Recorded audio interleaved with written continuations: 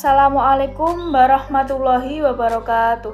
Kepada yang terhormat, Bapak Suprihartosa Sugiharto, selaku dosen pengampu mata kuliah Manajemen Pemasaran Bank Syariah. Sebelumnya, perkenalkan saya Sherly Yulinasari Cahyaningwulan dengan nomor NIM 204020032 absen 17. Selanjutnya, saya akan memaparkan materi tentang perilaku konsumen. Pembahasan yang pertama yaitu tentang pengertian perilaku konsumen. Perilaku konsumen adalah perilaku yang diperlihatkan konsumen dalam mencari, membeli, menggunakan, mengevaluasi, dan menghabiskan produk dan jasa yang mereka harapkan, dan memuaskan kebutuhan mereka. Perilaku konsumen dapat terpusat pada cara individu mengambil keputusan untuk memanfaatkan sumber daya mereka yang tersedia seperti waktu, uang, usaha, guna membeli barang-barang yang berhubungan dengan konsumsi. Dari definisi di atas dapat ditarik beberapa kesimpulan bahwa pengertian perilaku konsumen yaitu yang pertama, perilaku konsumen menyoroti perilaku individu dan rumah tangga. Yang kedua, perilaku konsumen menyangkut suatu proses keputusan sebelum membeli serta tindakan dalam memperoleh, memakai, mengkonsumsi, dan menghabiskan produk.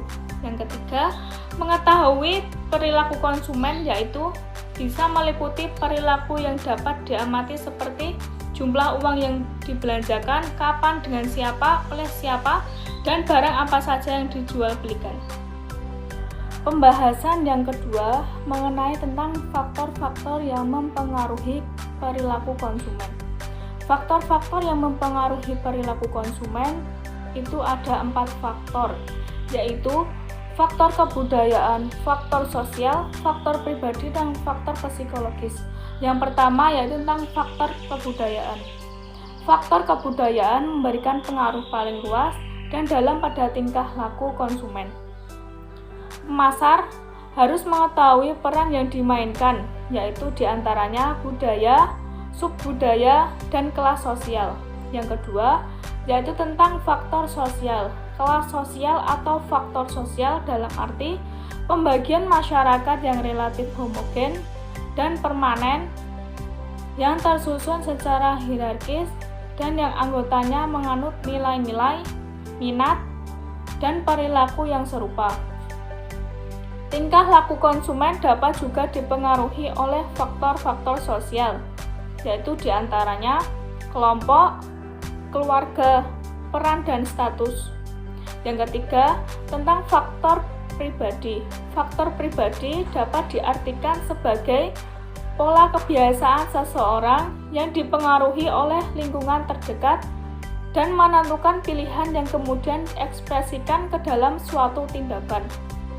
Keputusan membeli juga dipengaruhi oleh umur dan tahap daur hidup, pekerjaan, situasi ekonomi, gaya hidup, dan kepribadian dan konsep diri. Yang keempat, faktor psikologis.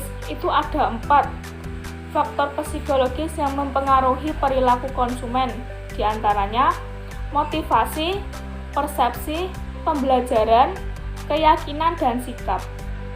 Pembahasan yang ketiga yaitu tentang keputusan konsumen. Keputusan konsumen merupakan proses di mana konsumen memilih dan mengevaluasi produk atau jasa untuk membeli suatu barang dalam memenuhi keinginan dan kebutuhannya. Dalam pengambilan keputusan, pasti ada sebuah tahapan proses. Berikut adalah 5 tahapan proses dalam pengambilan keputusan. Yang pertama, pengenalan kebutuhan. Proses pembelian dimulai ketika pembeli menyadari suatu masalah atau kebutuhan yang dipicu oleh rangsangan internal atau eksternal. Kebutuhan internal tersebut bisa berupa rasa lapar, haus akan naik ke tingkat maksimum, dan menjadi dorongan. Atau kebutuhan bisa timbul akibat adanya rangsangan dari eksternal. Yang kedua yaitu tentang pencarian informasi. Itu ada 4 pengelompokan. Yang pertama, pribadi, bisa keluarga, teman, tetangga, atau rekan.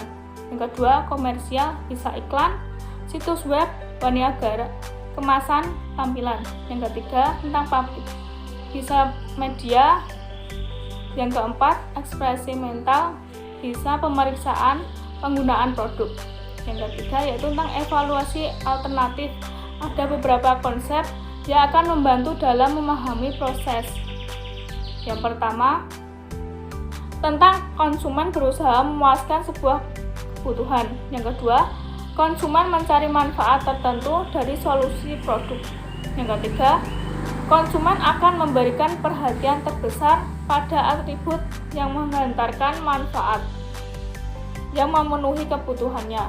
Yang keempat, kebutuhan pembelian dalam melaksanakan maksud pembelian konsumen dapat membentuk 5 sub, yaitu keputusan merek, keputusan pemasok, keputusan kuantitas, keputusan waktu, dan keputusan metode pembayaran. Yang kelima, perilaku pasca pembelian, tahap proses dan pengambilan keputusan pembelian di mana konsumen mengambil tindakan setelah pembelian berdasarkan keputusan atau ketidakpuasan mereka.